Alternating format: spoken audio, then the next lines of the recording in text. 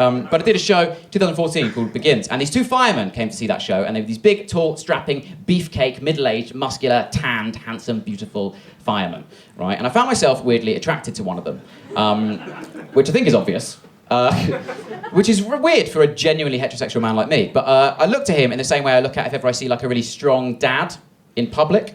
I was like, I want us to go swimming together. And I want you to swim while I just hold onto your shoulder and glide. That's the dream. That's what's on my bucket list. I want to go swimming with dads. That's the dream. Top of the list before I die. And they were great guys. They're intriguing characters, these firemen. They were called Dave and Wayne, or Damon Wayans, as they insisted I stop calling them. But they were great guys. And I knew their names because I'm great with names, by the way. A lot of people aren't. A lot of people bad with names always use the same excuse, don't they? Just go, oh yeah, I'm terrible with names, but I never forget a face. That's what I say. Terrible with names, but I never forget a face. And I always think, well, that is fucking worthless then, isn't it? You can't use that. Oh, who's that? Face number 362. No, that is your wife. Have you been in an accident? I find I'm the opposite. I find I'm terrible with faces, but I never forget a name. I'll bump into someone I think I recognise in the street and I'll be like, Tracy. I'll be like, no, it's Adam. We live together. What is wrong with you? I get post delivered here with my name on it, full name. I've known you for 10 years. And I'm like, but you admit that Tracy is a name. And I remembered it, so fair play to me. But I knew the names of these firemen. They were called Damon Wayans, from My Wife and Kids. And we got chatting after the show, did my show, straight away came off stage, and they wanted to talk to me. And they were like, oh my God, Rhys, oh my God, I could never do what you do. Because what you do is brave.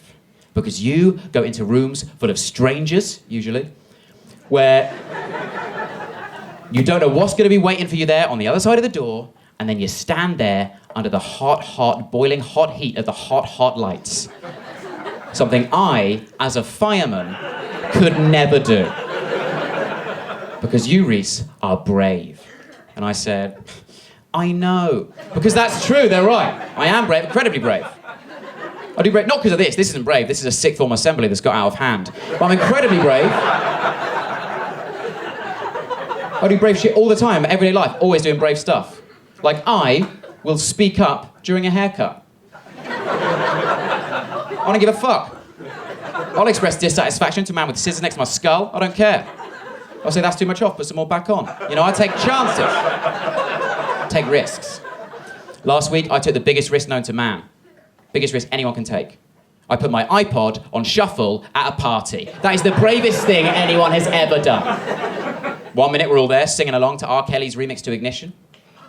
Hot and fresh out the kitchen. Mama rolling that body got every man in here wishing. Sipping on Coke and rum. I'm like, so what? I'm drunk. It's the freaking weekend, baby. I'm about to have me some fun. Next thing you know, we're all synchronized breathing to a self-help audiobook about anxiety. Gotta take chances, though, guys. Gotta take those risks. So I'm braver than a fireman, that's my point. Much braver than a fireman. But we all are. Everyone in this room is braver than a fireman, unless you are a fireman and then you are as brave as a fireman. But the rest of us, we're braver, because firemen, they're little wimps. Yeah, finally, someone said it, and it's me, the voice of everyone. They're little wimps, they're wussies. That's what firemen are. They're little babies, frankly. They're little crybaby idiots, firemen. They're little babies. Yeah, finally, someone's saying it. What, too real for you?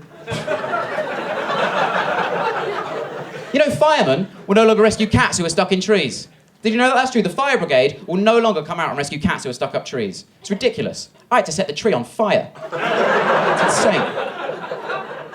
But suddenly, I've got two firefighters in front of me. I thought, perfect opportunity to air a petty grievance. So I was like, hey, Damon Wayans from Saturday Night Live in the 80s, what is the deal with the fact that you guys no longer rescue cats who are stuck in trees? And straight away, Dave was furious. He was like, oh, why should we? We're called firefighters, not cat rescuers. And I was like, right, well, that is not how jobs work. You don't just literally do whatever is in the title of the job. And if you did, then maybe bouncers wouldn't be so fucking miserable. But he continued, Dave, he carried on. Always a tryer, he carried on. He said, we don't even need to rescue cats who are stuck in trees, Rhys. We don't even need to. Because let me ask you this, Rhys. Let me ask you this. And then he said what is probably the most poignant and philosophical thing anyone has ever said to me. The most beautiful and poetic thing I have ever heard in my life. He said, we don't need to rescue cats who are stuck in trees, because let me ask you this, Rhys. Let me ask you this. when was the last time you saw a cat skeleton up a tree? I mean, as far as logic goes, you cannot fault that. Until you think about it for under 1 second, and then you must fault that logically. Because that is all over the place, right? First of all, gravity. Don't know if you've heard of it. Trained firefighter, responsible for lives. But once something is dead, its grip tends to loosen somewhat, and it will fall to the floor. Also, secondly, yes, sure, I will admit, I've never seen a cat skeleton up a tree. But I'd go as far as to say, I've never seen a cat skeleton anywhere. That is not in my lifestyle. I have made choices to avoid that. 2 cartoons, never in real life. But I have seen a cat with a broken leg, wearing a little cast. Yeah, I signed it. Said, get well soon, drew a little dick. Classic me. That's my concern. That's my worry when a cat is stuck up a tree, is a cat-based injury, right? My concern when a cat is stuck up a tree is not that it will be there for so long that it wastes away to nothing, to dust. So the logic's completely flawed. It's like saying, what's the point in having lifeguards? When was the last time you saw bones floating in a swimming pool? All over the place.